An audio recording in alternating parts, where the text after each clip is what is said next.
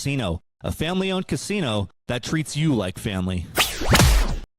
Okay, Troy, former Broncos quarterback Ben DiNucci, who knows a little bit something about how the sausage is made inside Dove Valley, said this about Davis Webb getting hired to be the offensive coordinator. Webb being promoted to OC is the best possible thing for that building. Have to assume Sean is going to give up play calling now. What do you think Ben means by Webb being promoted to OC is the best possible thing for that building? If I had to guess, because I don't know the Nooch that well, I've interviewed him a couple times. Fantastic dude. He actually works in broadcasting now for ESPN. But for those who don't know, he was like third string practice squad. He's bounced around the Broncos the last few years. But based on the social media post he put out there, I would believe, and my inference was, it was his knowledge of the quarterback room. The best thing is Davis Webb completely jives with Bo Nix, because I can't believe that Sean Payton is sharing trade secrets with DiNucci. I know he likes him, but it just doesn't make a lot of sense that a guy you brought in for 10 days from the practice squad, that you're telling him and bearing your soul to him. It makes more sense that DiNucci's in the quarterback room, hearing those conversations, seeing how Bo Nix interacts with Davis Webb, and then that. And Sam Ellinger said something similar to Parker Gabriel at the post at the locker cleanout of how this could work, how these things could mesh. So my guess is DiNucci is inferring that he saw how well Davis Webb and Bo Nix work together, because I can't see. Eric, can you see Sean Payton pulling Nooch aside, saying, Nooch, I gotta get something off my chest. I know I haven't seen you for 18 months, but I think I'm gonna give up play calling. Does that make any sense? I think it's related to what he saw in the relationship between Webb and Nix. Would anybody in Los Angeles say that the quarterback's coach is the best possible thing for the offense over Sean McVay? Would anybody say in Kansas City that the best thing for this offense is the quarterback's coach over Andy Reid? Probably not. No, right? But those teams, well, the Rams are way more talented than the Broncos offensively, so there's other guys who could run that offense. But no, they wouldn't. They wouldn't. But I think this is a unique situation. This is a unique situation. They were saying that about Andy Reid in Philadelphia when he didn't have Patrick Mahomes. It's why he got fired. Couldn't get over the top. And so it's not the first time a great play caller has been said that maybe you should disseminate some of the authority to it. I don't know that Sean would give it all up. I don't. But I do think it's time to consider Webb in a bigger role. Let's drill deep on that a little bit more in a second, because more comments have come out. Guys who are closer to the team, certainly, than Ben DiNucci. Garett Bolles was asked what he would think of Webb calling plays, and he said, quote, "It would be awesome. DW is the best. We love him. I'm excited to see what he can do for us." Courtland Sutton, a little bit more measured. And when I say a little bit. He said, "I love Davis. And if he does get the opportunity to call the plays, well, I think he has been the heartbeat of the offense. And so if everyone's going to enjoy having him, if that's what ends up happening, that's what's going to end up happening." Garett is always positive. He reminds me a lot of Von Miller. When Von Miller was going to bat for Trevor Siemian, who was the starting quarterback in 2016, and came out and said, "Siemian has a lot of traits that remind me of Peyton Manning." To which I'm thinking, okay, Von, okay, the hyperbole train needs to stop rolling on the tracks here. But let's start with Garett Bolles.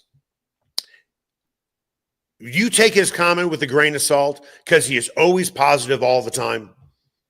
Well, he's got more gravitas now because he's the longest tenured Bronco. So it's a little different than it was his first few years when he would say, the quarterback's my wife. I'm going to protect him. I'm his bodyguard. Like, you're like, okay, we get it, Garett. And He's matured from some of that.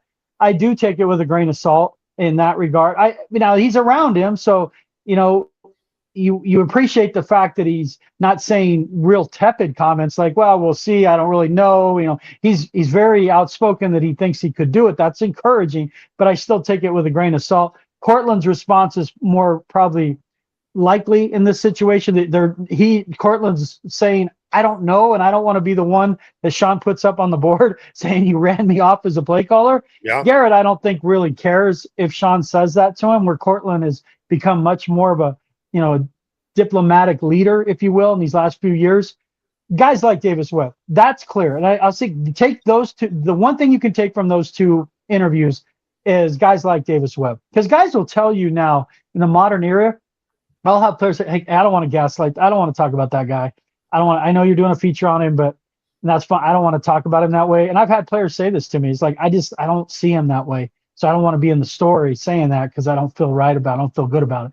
So in Garett's case, I think there's some hyperbole there, but it is an indication that there's something there. Because if it was totally out of left field, the quote would have been, well, Lombardi didn't call plays, so we'll just see what Davis Webb going to be. His role's going to be. It wasn't that. So they clearly know in the building that changes are brewing. Otherwise, their quotes would have been like, well, how do we know he's calling plays? Because Joe never called plays. So clearly something's afoot. With that, let's look at what Sutton said, and that is stronger. You can only have one heart. There's no such thing to me as two heartbeats in a locker room. There's only one. And for Courtland Sutton to say he is the heartbeat of our audience, of our team, of our locker room, I should say, of the offense. What do you think Sean Payton's reaction to that was publicly, if indeed he read that? Yeah, I don't know, because Sean's been in that role and he knows that guy is closer to the players than he is. I mean, would he be offended? Perhaps. I mean, I can't believe he loved it, but I also know Sean's been in the role, and a position coach is a lot closer to the players than the head coach. Yes. The head coach is the church and state. You know, I'm not trying to be your best friend. I'm not trying to go to your wedding. Like Davis Webb would be in like Bo Nix's wedding. Like that's a relationship that's so much different. So I think maybe it would maybe surprise Sean a little bit, but he's been in the position as a position coach. Mm-hmm. He knows that relationship. So I don't think that would offend. And the reason I don't think it would offend him, it got out there when he was considering Joe Brady, that he was considering giving up play calling. That's when you knew it was possible, because if that was wrong, you know what the pushback would have been from the Broncos. There would have been a million phone calls go out to say, hey, just so you know, that's not what Sean's thinking. I'm not sure where that report came from. And it was radio silence. So that tells you there was something there with Brady. So it's not hard to make the leap then that some of the same things maybe he was considering for Joe Brady, he's now considering for Davis Webb. That's why I don't think Sean's going crazy about any of this stuff, because he's already internally made a decision. Well, he certainly hasn't announced the decision. Well, he doesn't have to. Why would he? Okay, fine. When he makes the decision, or I should say, when he makes the announcement, do you believe this will be 100% his decision? Yes. And I don't.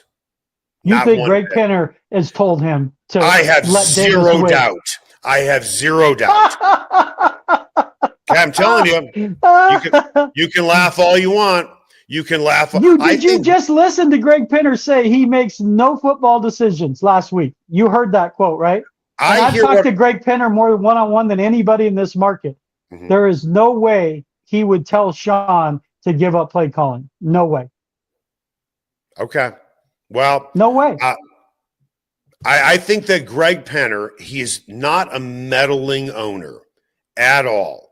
But you don't think that Greg, on any level, since he has been here, has been involved in football decisions at all with Sean Payton being the head coach? You don't think he is, given his opinion, said, Sean, you might want to think about this, knowing that Vance Joseph just got a big fat raise, Davis Webb just got a big fat raise, knowing that Davis Webb is an up-and-comer? You think that Greg Penner, looking at this offense this year and last year, is saying, you know what, Sean, you just do exactly what you've been doing?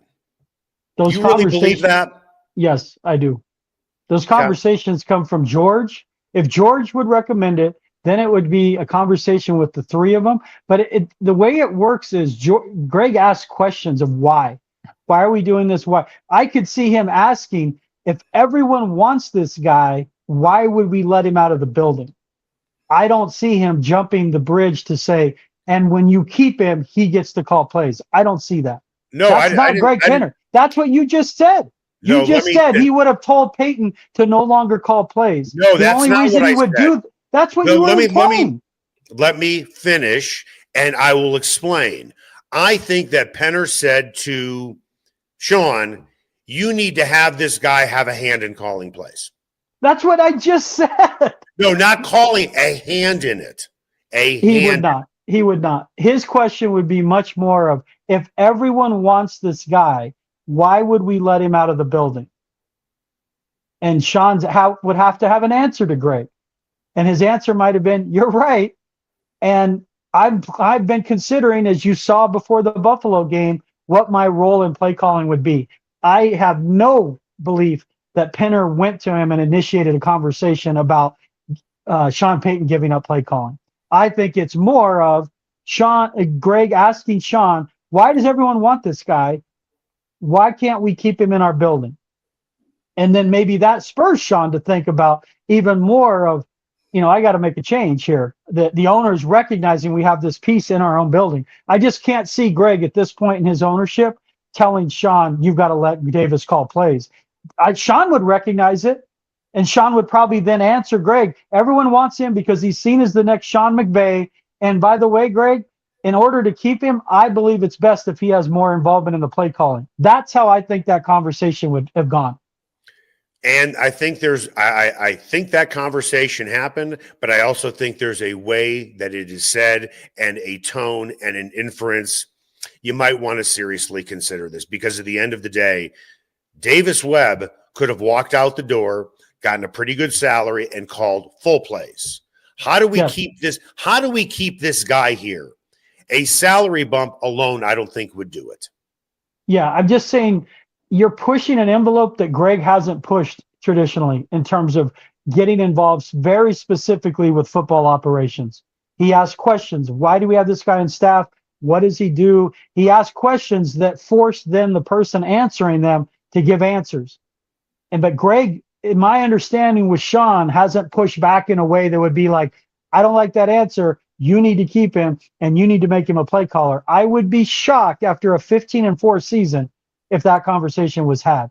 Now, if they go 8-9, that's different, because the expectations are really high by the Walton Penner group. They're not holding Sean's feet to the fire after this season. They're not. I'm not saying that they are. No, but I'm just saying Greg is not one to act that way. A lot of owners are. He has never been that way. He just sits, he listens. I've had one-on-ones with him that have lasted over an hour each time. And I've never been around a guy that's smarter in my life in interviewing sports than this guy, Greg Penner. But he listens. He just listens. He takes it in. He nods his head, and he gives very direct answers. He's not opinionated in the way you'd think, but if you go back and look at the transcript, he's very clear and direct. But he doesn't say, he's not bombastic. He's not arrogant. He's measured. He's very measured, very straightforward. So again, to your point, the conversation I think was had was, why does everyone want this guy? Because that's what Greg does. He asks really pointed questions. Right. Why were guys getting injured all the time that first year? And all of a sudden he's changing health and recovery, and then he teams with Payton. We got to fix this. I want answers. And so that's the kind of stuff. Why do guys take longer to recover? Okay, you need an ice chamber in there. You need right. That's the stuff he does. So I could see him saying, why is he a candidate for all these jobs? Why would we let him out of our building? Yeah. And then Sean would have to respond in a way that would be like, yeah, well, they think he's this. And I just, you're not wrong, but it's not, I just don't think it's happening the way you think it's happening. It's Greg asking questions where Sean, I think, would say, you know what? I would guess the conversation happened. And I think there was a way of asking questions by soliciting, this is the answer that I'm looking for. I think he is that smart of a guy. I mean, I'll ask you, we could talk about 15-4 record all we want to, but in the 2015 season, are you going to say that, wow, the offensive coordinator is fantastic for the Broncos? They won because of their defense. They were 15-4 because of their defense. You laid it out very well yesterday. All the quarters they didn't score. They need to improve on offense. That is the weak link. And oh, by the way, Sean Payton's getting paid $20 million a year to run that offense. He was the highest paid coach at the time when he was signed. I'll ask you, you're measured just like Greg Penner is. With all due respect, you're not as smart as him, But then again, neither am I. So I'll put us in the same rowboat on that. Don't you think that Greg sees the same things that you do, knowing that Davis Webb is a hot coaching candidate, knowing that he'll probably leave after this year? The only way to really get him back is to give him a little bit more responsibility, having a hand in play calling, or else he's probably just going to jump. Don't you think that Greg knows exactly what you know? He's not blind to this. And I don't think he looks at a 15-4 record and say everything is fine, because there's no way. Well, it wasn't fine because he said that. That's why they fired Lombardi, that he said that we made changes that we think will ultimately make us better. He's aware of it, but I'm just saying Sean Payton takes the lead in those conversations. Sean Payton takes the lead in those conversations in terms of explaining what's going on. I have never sensed that Greg has gone to him and like gone down to his office and said, we need to look at the play calling. We're not good enough. I just haven't sensed that. That might happen in a few years. I just haven't sensed that. They have so much respect for what he's done in turning their program around. I mean, the embarrassment, the abject failure that first year as ownership is still real to them. I mean, people don't realize how embarrassing that season was under Nathaniel Hackett. They didn't hire Hackett. They didn't. But when it all went down, Greg did. Greg set Russell Wilson over concussion. Greg's the one that agreed to get rid of Russell Wilson. Greg's the one that that made it very clear the culture guy he wanted. So it's going to be a Harbaugh, Ryans, or Payton. It was very clear. I want a culture guy. I want accountability. I want this to look right. And he was mad as he's ever been at that Rams game. That Rams game on Nickelodeon. Can you repeat what you do me a favor? Repeat what you just said again. Starting with sitting Russell Wilson. Greg Penner did what? He sat Russell Wilson because of when concussion. Russell had a concussion and was trying to come back. Russell had to step in and say, or Greg had to step in and say, we're not playing Russell. Okay, what else did Penner do? He fired Hackett. Okay. Sitting Russell Wilson. Is that a football decision? Yeah, because they didn't have Sean Payton. They literally had a guy who should have been on Sesame Street. I understand that, but he has made a football decision, and he's because probably he didn't have anyone. No, he doesn't. He had to get someone that could. He was uncomfortable doing it. I'm just saying he didn't want to be in that position again. He wanted football people to make football decisions. It was embarrassing to him that he had to do this. You fire a guy with 2 games remaining in his first season. But that's what happens when you have a family reunion at SoFi with the Kroenke group, and you got guys punching each other on the sideline, and Russell Wilson throwing an interception every other play, and you're pushing your quarterback down. I mean, it was to the point where he's like, this is embarrassing.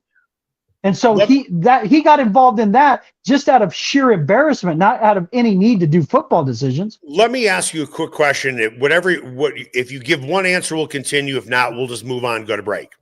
Do you think Sean Payton wanted Vance Joseph to be his defensive coordinator this past season? Do you think he was ready to maybe pull the trap door on Vance after the loss to Buffalo? I think emotionally he probably was, because it's Sean. But the reason they lost is because they scored 7 points. No, I know that. But do you think he was walking towards the switch to pull the trap door on Vance I don't know. Joseph? I've heard different stories on that. I don't know. And that's where Penner could tell him, you got to calm down, because that's not a move we should make.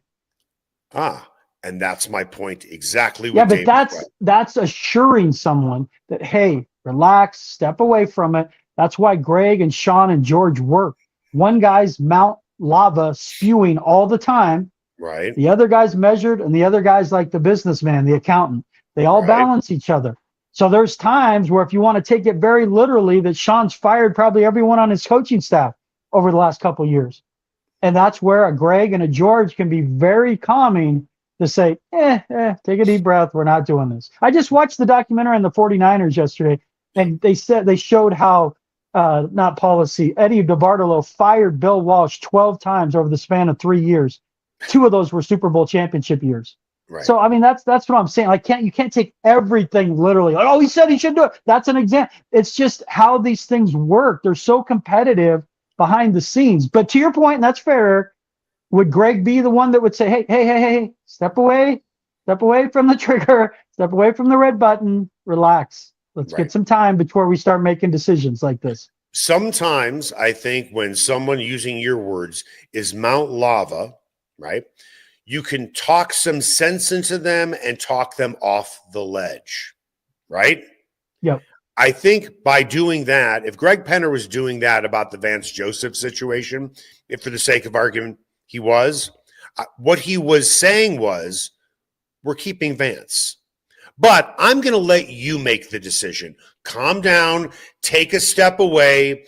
Now, if Sean goes away for a week and thinks about it and still comes back and says, I want to let go of Vance, that's where I think Greg would say, I was trying to let you make the decision here, but I'm going to make the decision because I'm right. But that's different when you were saying like that he's going to Sean and saying you've got to let Davis call the plays. What you just outlined is much more likely to have happened.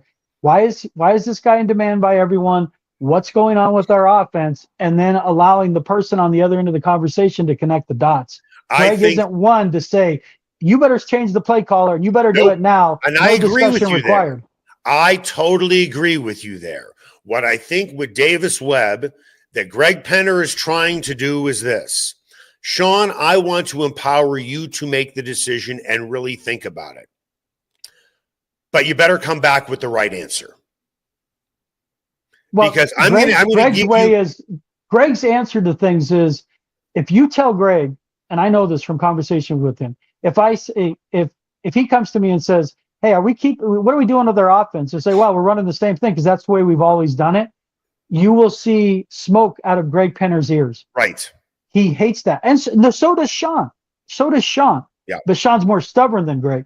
But that's where, to your point, if he went to Sean and he said, our offense is fine. Why? Well, it's so we've always done it. I've done it I did it 18 years that way in New Orleans. That's not a satisfying answer to Greg Penner. He wants to know, why are we still doing it this way? And that's how Walmart has been the business they are. He and I talked about how they changed the business model at Walmart like 3 different times when they could have stayed flat. If you had to guess, okay? Guess. I'm not asking you to tell me that you have facts here. Unless you do, feel free to spit them out. Who do you think Bo Nix wants calling plays? I think at this point he'd like Davis Webb to call the plays. Who do you think the offense wants calling plays? Davis Webb.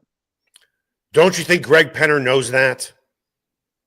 Yeah, but I'm just saying there's no way he went to Sean and told him he couldn't call plays. I didn't say he walked into his office or he said, come into my office. That's not what I'm saying. Greg Penner knows what's going on there. I think, and you have gotten to know him far better than me because I don't know him that well. I've talked to him maybe a couple of times. And the start and the end of the conversation was, hi, Greg. You know him far better than I do. My point is, I think Greg is very good at taking the temperature in that building. He knows what the quarterback likely wants. He knows what the offense likely wants. You heard what Sutton said. You heard what DiNucci said. You heard what Garett Bolles said. And I have very little doubt that you are correct, that that's what the players prefer. He doesn't care about that. Greg doesn't care about that. He doesn't care about what his quarterback thinks? He cares about what's going to make them better. I agree. You look at how Walmart operates with their employees. Yeah. Do they operate based on what their employees' needs are? No.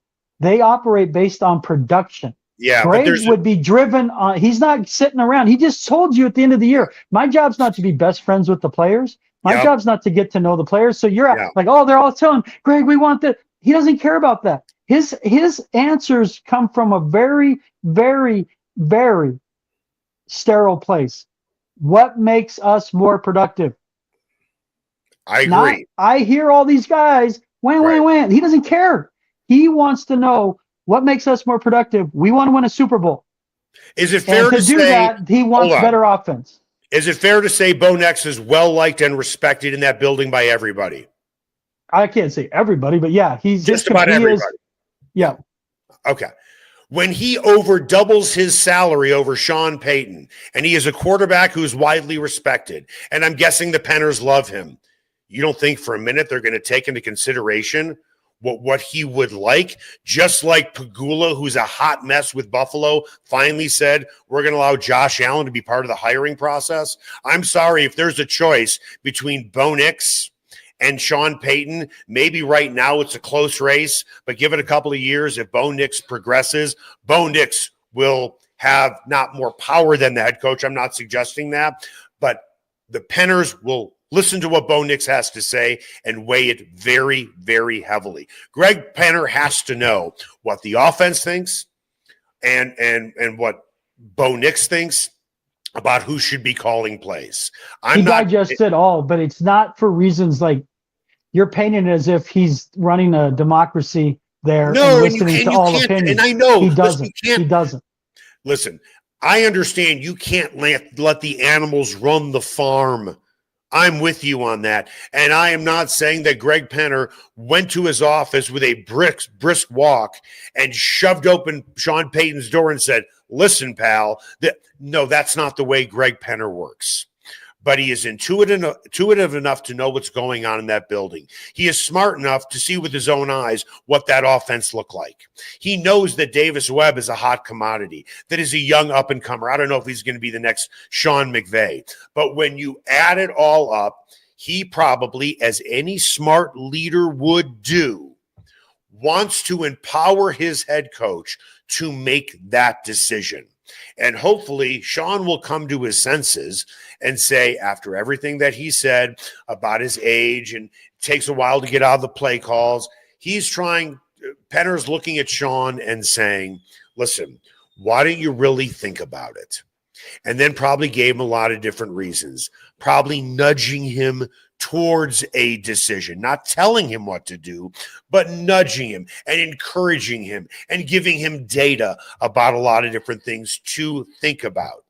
But if Sean comes back and says, nope, I'm calling the plays, and he says that to Greg, you really believe Greg's going to be okay with that? Yeah, I mean, I think he would accept it, but it would put Sean in the crosshairs. It would put Sean in the crosshairs. If he wouldn't prevent Sean from doing that, I don't believe, but it would put Sean in the crosshairs. But again, you're saying, well, Greg would provide him data, and Greg, he wouldn't. He'd listen to him. And Sean has learned a lot from Greg. Greg Penner's made Sean Payton a better person and how he manages stuff. Sean's still going to be Sean. We know that. But he's learned a lot from Greg. We always say, well, Sean taught the Penners everything they know about football. He really microwaved their knowledge, he and George Payton. Yep. That's why there's this real loyalty there, because those two help catch them up to speed. Now they're at practice all the time. They've been there. So they have a much better understanding of how this works. But they don't get involved the specific. And I know this is nuanced, so I'm not trying to. It's just he's not saying, look at this data on third down and look at how many 3-and-outs we have. He doesn't do that. But to your point, they have conversations to where Sean's very bright. And you talk about a guy reading the room.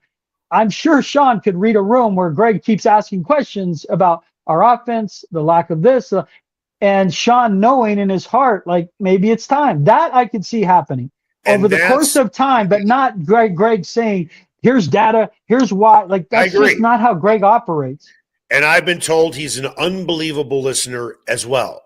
Yes. Everything you're saying, I have heard through other people and now including you.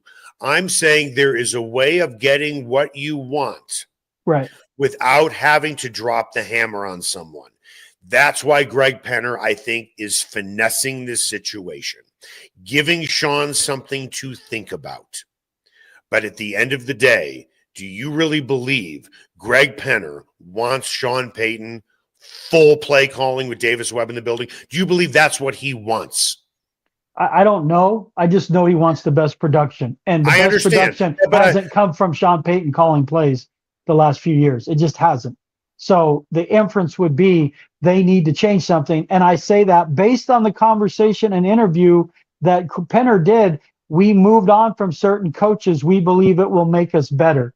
That's everything is driving performance. Right. We made changes that we think will make us better. Yep. And so the what goes without saying is somehow something's going to be different there. It's left unsaid. And we don't know that yet. Is that Sean giving Davis the offense? Is it Sean saying, you call the red zone? There's just no way Davis Webb stayed without some play calling. Correct. I won't believe that. I just can't believe that when he had so many other opportunities, and he needs that on his resume, that he would say, oh, I'll just stay. I just wanted the title. That doesn't make any sense to me.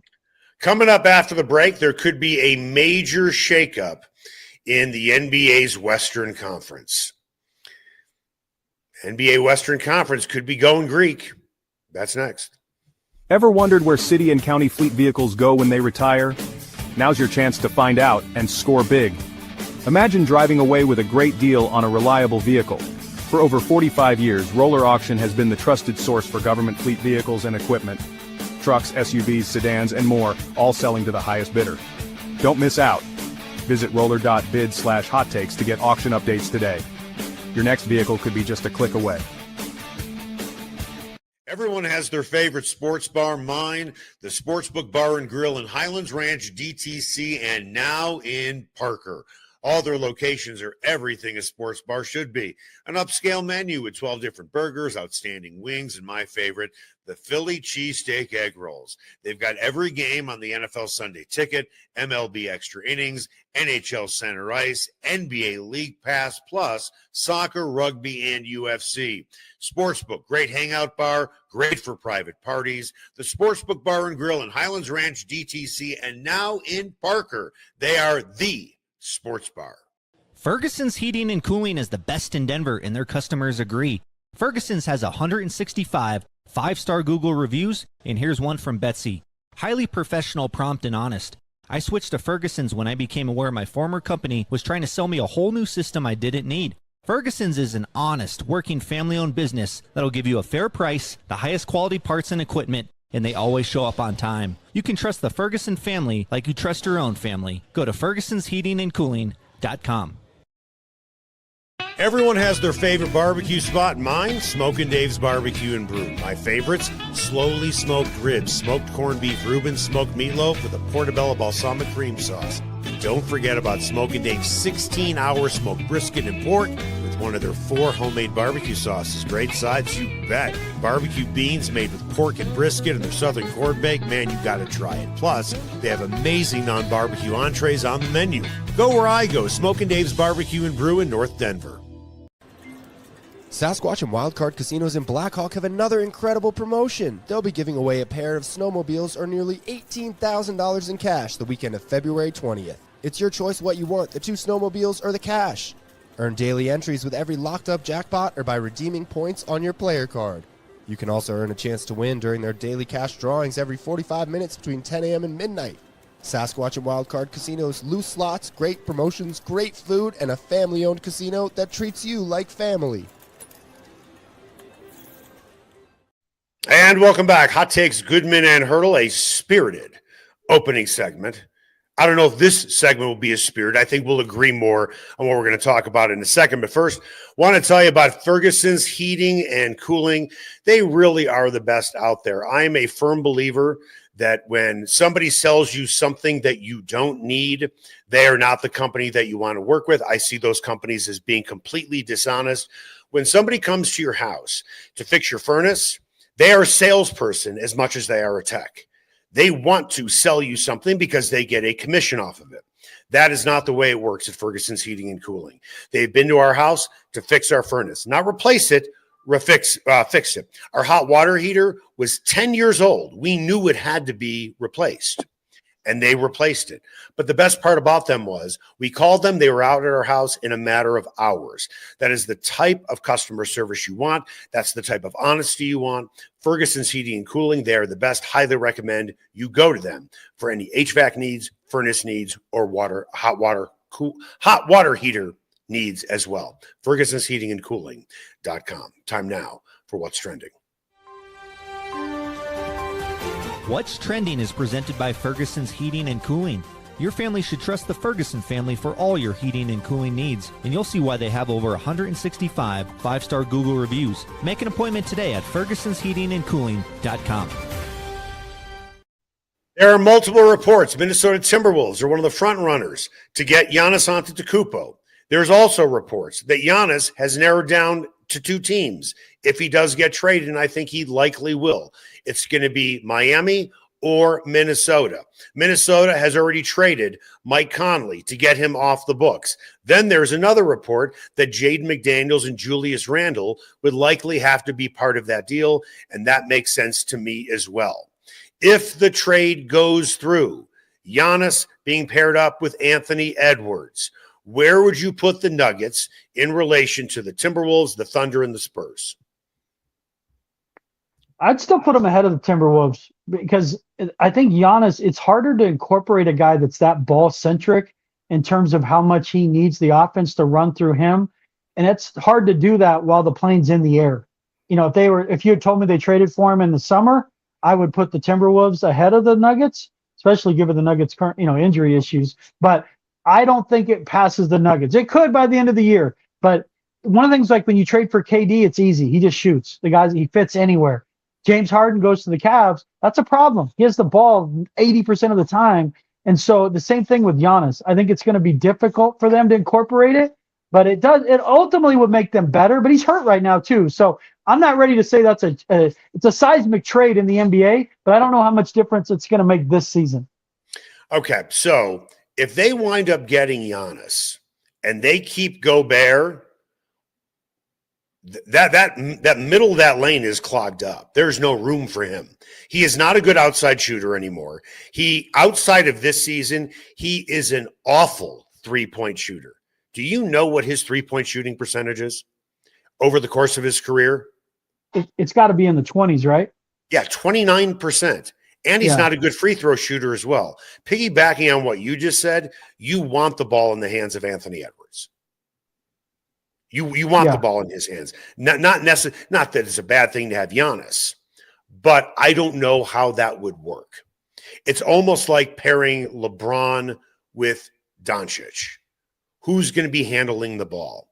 And I don't think the Timberwolves can win a title with the way their roster is currently constructed. I think they have a better chance of winning a title with Giannis. I just don't think they pass the Thunder, the Spurs, or the Nuggets either. Yeah. Now, again, we could see, but and I would give them a benefit of the doubt if Giannis were healthy. He's not even healthy. Yeah. I don't even know when he's going to play again until March. He's been hurt a lot. I just think, Giannis he's shown he's a winning player. He won a title. But to incorporate him mid-season, that's a lot to ask. I don't think they pass the Nuggets. But at Nuggets, as they showed last night against the Pistons, they're having their own issues incorporating guys back. Christian Brown does not look right. No. How are they going to, at some point, maybe it's the All-Star break and they hit the reset button, but they got to figure out what his role is going to be and what Cam Johnson's role is going to be. Jokic the last two nights has been a turnover machine. So they need to get to the All-Star break, catch their breath, and figure out who they're going to be going forward. Because right now, they're a good team that looks like an easy mark in the second round of the playoffs. Who needs the break more?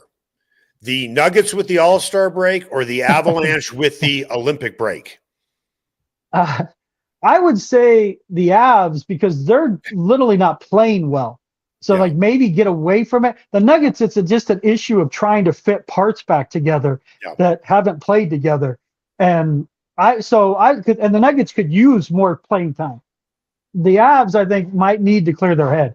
But it's been ugly. They're now, 5-7-2 over their last 12 games or 14 games. And they have been just a sieve defensively.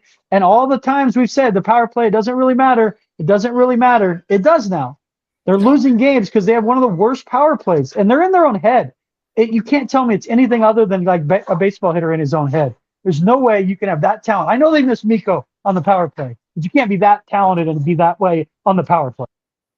It's funny that Landeskog might be back in an Avs uniform before the Olympic break, and maybe I'm the only one that feels this way, and I'm sure I'd get a lot of pushback for this. Landeskog, he can play for the Canadian Olympic team if he wants to, right?